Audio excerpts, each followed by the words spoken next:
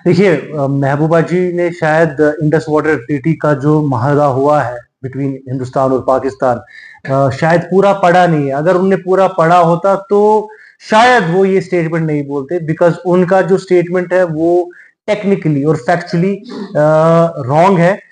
ये this is part and parcel जो उमर साहब ने बात की तुलबुल नेविगेशन प्रोजेक्ट की, जिसको वुलर बैरेज भी कहा जाता है, कि उसमें it is in important part of the Indus water treaty में जब इस पे डिस्कशन होने वाला था बिटवीन इंडिया एंड पाकिस्तान, जिसकी आर्बिट्रेशन खुद वर्ल्ड बैंक कर रहा था।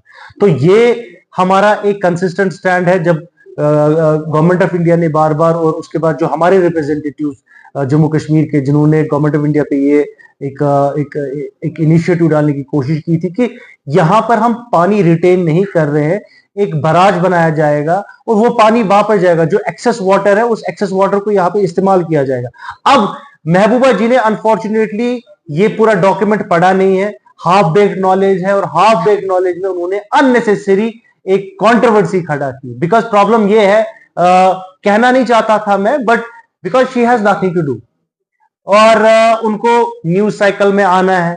न्यूज साइकिल में आने के लिए कोई ना कोई कंट्रोवर्शियल स्टेटमेंट देनी है, और उन्होंने एक मतलब एक बेनाइन सा एक इंफॉर्मेशन उमर साहब ने दिया कि रिवाइव करना, which was already there. Revive, जब उमर साहब ने ये लिखा है वर्ड रिवाइव करना, तो उसका मतलब ये था कि वुलर बैरेज प्रोजेक्ट पे जो बात हुई थी, इसे बहुत साल पहले हुई थी, और उस पर काम भी स्टार्ट हो गया था, जो काम आधा रुक गया था बिकॉज सम कुछ गवर्नमेंट ऑफ पाकिस्तान ने कुछ इश्यूज उसके रिलेटेड उठाए थे, बट उन्होंने अपोज नहीं किया था वो। अगर आप इसकी हिस्ट्री देखेंगे, अगर आप पूरा डॉक्यूमेंट पढ़ेंगे, तो मेरी एक गुजारिश रहेगी महबूबा जी से, और जो उनके रिसर्च टीम जो भी है, उनको अच्छे से रिसर्च करें। आपके पास बहुत टाइम है, आपको तो लोगों से मिलना नहीं है, आप थोड़ा हिस्ट्री के बुक्स देखिए, और जितने प्रोजेक्ट्स है पूरा डिटेल में पढ़िए, और उसके बाद जो है अगर आपको स्टेटमेंट देनी है दीजिए, लेकिन लोगों में इंतजार डालने की कोशिश न करें। देखिए, प्रॉब्लम ये होती है, जो कल स्टेटमेंट आपने दिया,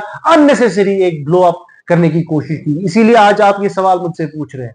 हमने, उमर साहब ने अगर किसी चीज की बात की, उन्होंने न कभी नेशनल कॉन्फ्रेंस तर्जुमानी जंग की करेगी, न कभी की है। उन्होंने सिर्फ इतना बोला है, जो महबूबा जी ने भी खुद बोला है, कि Indus water treaty Jammu Kashmir के लिए, यहाँ के लोगों के लिए सही नहीं है। हम बार बार बोल रहे हैं, इसको थोड़ा नए तरीके से देखना पड़ेगा, और उसी की तर्जुमानी उमर साहब ने की। हम चाहते हैं कि यहाँ के पानी का फायदा यहाँ के लोगों को हो। हम किसी के लिए किसी का पानी रोकना नहीं चाहते, न कि उमर साहब ने इस चीज की डिमांड की। अब फिर से मैं वही बात दोहराऊंगा, जो इंडस वाटर ट्रीटी का हिस्सा है, जिसपे डिस्कशन होने वाला था, उसी की तर्जुमानी उमर साहब ने की, और कोई नई बात नहीं बोली उन्होंने। वही रामापरा ने कहा कि ये सपोर्टेज ऑफ सीज फायर है, उस पर क्या कहेंगे, जो उमर साहब का बयान था? देखिए, वहीद बहुत कुछ बोलता है, जैसे मैंने पहले भी बोला है कि